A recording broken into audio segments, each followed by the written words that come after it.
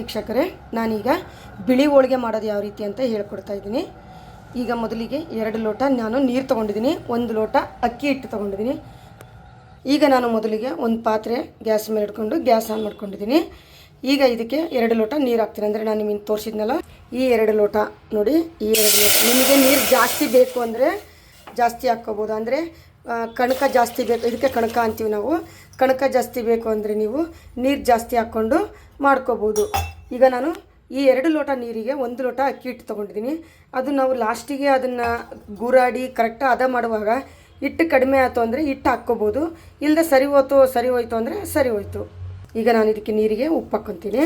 ಈಗ ನೀರು ಇದು ಚೆನ್ನಾಗಿ ನಮಗೆ ಕುದಿಬೇಕು. ಚೆನ್ನಾಗಿ ಕುದ್ದ ಮೇಲೆ ನಾವು ಅಕ್ಕಿ ಹಿಟ್ಟು ಹಾಕೊಳ್ಳೋಣ. ನೋಡಿ ವೀಕ್ಷಕರೇ, ಕುದೀತಾ ಇದೆ ನೀರು, ನಿಮಗೆ ಕಾಣಿಸ್ತಿದೆ ಕೇಳಿಸ್ತಿದೆ ಅಂದ್ಕೊತೀನಿ. ಈಗ ನಾನು ಗ್ಯಾಸ್ನ ಸಿಮ್ಮಿಗೆ ಇಟ್ಕೊತೀನಿ. ಈಗ ನಾನು ನೋಡಿ ಹಿಟ್ಟು ತೊಗೊಂಡಿದ್ದೀನಲ್ಲ, ಸ್ವಲ್ಪ ಹಾಕ್ತಾ ಗೂರಾಡ್ತೀನಿ. ಅಂದರೆ ಏನಕ್ಕೆ ಗೂರಾಡಬೇಕು ಅಂದರೆ ಗಂಟು ಆಗಬಾರ್ದು ಅನ್ನೋ ಉದ್ದೇಶಕ್ಕೆ ಗೂರಾಡ್ತೀವಿ. ನೋಡಿ 1 ಲೋಟ ಹಾಕ್ಕೊಂಡು ನಾನು ಈಗ ಚೆನ್ನಾಗಿ ಮಿಕ್ಸ್ ಮಾಡ್ಕೋಬೇಕು. ಈ ರೀತಿ ನೋಡಿ, ಈ ರೀತಿ ಅಂದರೆ ಸ್ವಲ್ಪನೂ ಗಂಟು ಆಗಬಾರ್ದು, ಅದಕ್ಕೋಸ್ಕರ ನಾವು ಚೆನ್ನಾಗಿ ನೋಡಿ. ಈಗ 1-2 ನಿಮಿಷ ನಾವು 5 ನಿಮಿಷನಾದರೂ ಬೇಯಿಸ್ಕೋಬೇಕು. ನೋಡಿ, ಈ ಹದ ಇರಬೇಕು, ಗಟ್ಟಿನೂ ಇರಬಾರ್ದು, ತೆಳ್ಳಗೂ ಇರಬಾರ್ದು, ಭಾಳ ಈ ಥರ ಇರಬೇಕು. ಅನಿಸುತ್ತೆ ನಿಮಗೆ. ನೋಡಿ, ಈ ರೀತಿ ಇದನ್ನು 5ರಿಂದ 10 ನಿಮಿಷ ನಾವು ಸ್ವಲ್ಪ ಈ ಥರ ಬೇಯಿಸ್ಕೊಳ್ಳೋಣ. ಬೇಯಿಸ್ಕೊಂಡ್ರೆ ನಿಮಗೆ ಹೋಳಿಗೆ ಜಾಸ್ತಿ ಇದು ಮಾಡ್ಕೊಳ್ಳೋಷ್ಟು ಅವಶ್ಯಕತೆ ಇರಲ್ಲ ಬೇಯಿಸ್ಕೊಳ್ಳೋಕ್ಕೆ. ನೋಡಿ, ಈ ರೀತಿ ಚೆನ್ನಾಗಿ 2 ನಿಮಿಷ ಬೇಯಿಸ್ಕೊಳ್ಳೋಣ. ಈಗ ನೋಡಿ, ನಾನು ಹೂರ್ಣ ಮಾಡೋದನ್ನು ತೋರಿಸಿದ್ದೀನಿ. ನೋಡಿ, ಈ ರೀತಿ. ಈಗ ನಾನು ಇದನ್ನು ತುಂಬ್ಕೊಳ್ಳೋಕ್ಕೆ ಕಣಕ ಬೇಕು ಅಂದರೆ ಮೈದಾ ಹಿಟ್ಟನ್ನು ಸ್ವಲ್ಪ ಉಪ್ಪು ಹಾಕಿ ಅದಕ್ಕೆ ನಾನು ಒಂದು ಅರ್ಧ ಗಂಟೆ ಮುಂಚೆ ನಾನು ನೆನೆ ಇಟ್ಕೊಂಡಿದ್ದೀನಿ. ಇದು ಒಂದು ಅರ್ಧ ಗಂಟೆ, ಇದು ಎಷ್ಟು ನೆನೆಯುತ್ತಲ್ಲ ಅಷ್ಟು ನಿಮಗೆ ಅನುಕೂಲ. ಅದಕ್ಕೆ ನೋಡಿ, ಈ ರೀತಿ ಇರಬೇಕು. ಭಾಳ ಅಳಕಾಗಿರಬಾರ್ದು, ಭಾಳ ಗಟ್ಟಿನೂ ಆಗಿರಬಾರ್ದು. ನೋಡಿ, ಈ ರೀತಿ. ನೋಡಿ, ಈ ರೀತಿ ಎಣ್ಣೆ ಹಚ್ಕೋಬೇಕು. ಫಸ್ಟ್ ಎಣ್ಣೆ ಹಚ್ಕೊಂಡು ಚೆನ್ನಾಗಿ ಇದನ್ನು ಮಾಡ್ಕೊಳ್ಳೋಣ. ಈಗ ಆಯಿತು, ಇದಾಯಿತು, ಕಣಕ ಆಯಿತು ತಾನೇ. ಈಗ ನಾವು ಹೂರ್ಣ ಅದಕ್ಕೆ ಕಣಕ ಮಾಡ್ಕೊಳ್ಳೋಣ. ಈಗ ನೋಡಿ, ಈ ರೀತಿ ನಾನೀಗ ಬೇಯಿಸಿಟ್ಕೊಂಡಿದ್ದೀನಿ. ನೋಡಿ, ಈ ರೀತಿ ಬೆಂದಿರಬೇಕು ನಮಗೆ.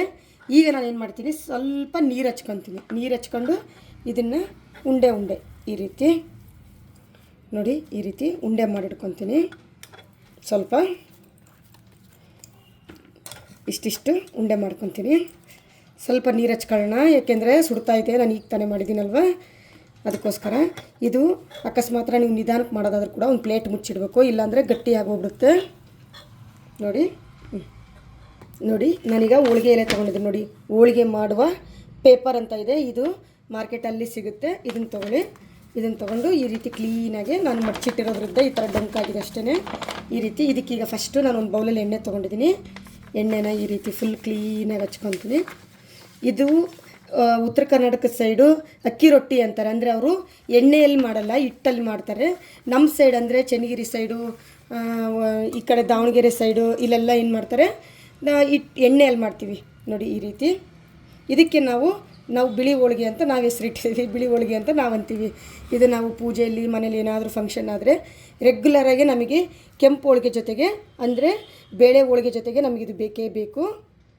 ಇದಕ್ಕೆ ಚಟ್ನಿ, ಕೆಂಪು ಚಟ್ನಿ ಆಗಲಿ, ಪಲ್ಯ ಆಗಲಿ, ಇದು ಇದ್ರೇ ಇದಕ್ಕೆ ಟೇಸ್ಟು. ಇದಕ್ಕೆ ಪಲ್ಯ ಏನು ಬೇಕು ಅಂದರೆ ಹೀರೆಕಾಯಿ ಪಲ್ಯ, ದೊಣ್ಣೆ ಮೆಣಸಿನ್ಕಾಯಿ ಪಲ್ಯ, ಈ ರೀತಿ ಮಾಡ್ಕೊಂಡು ನೋಡಿ, ಈ ರೀತಿ ತುಂಬ್ಕೋಬೇಕು.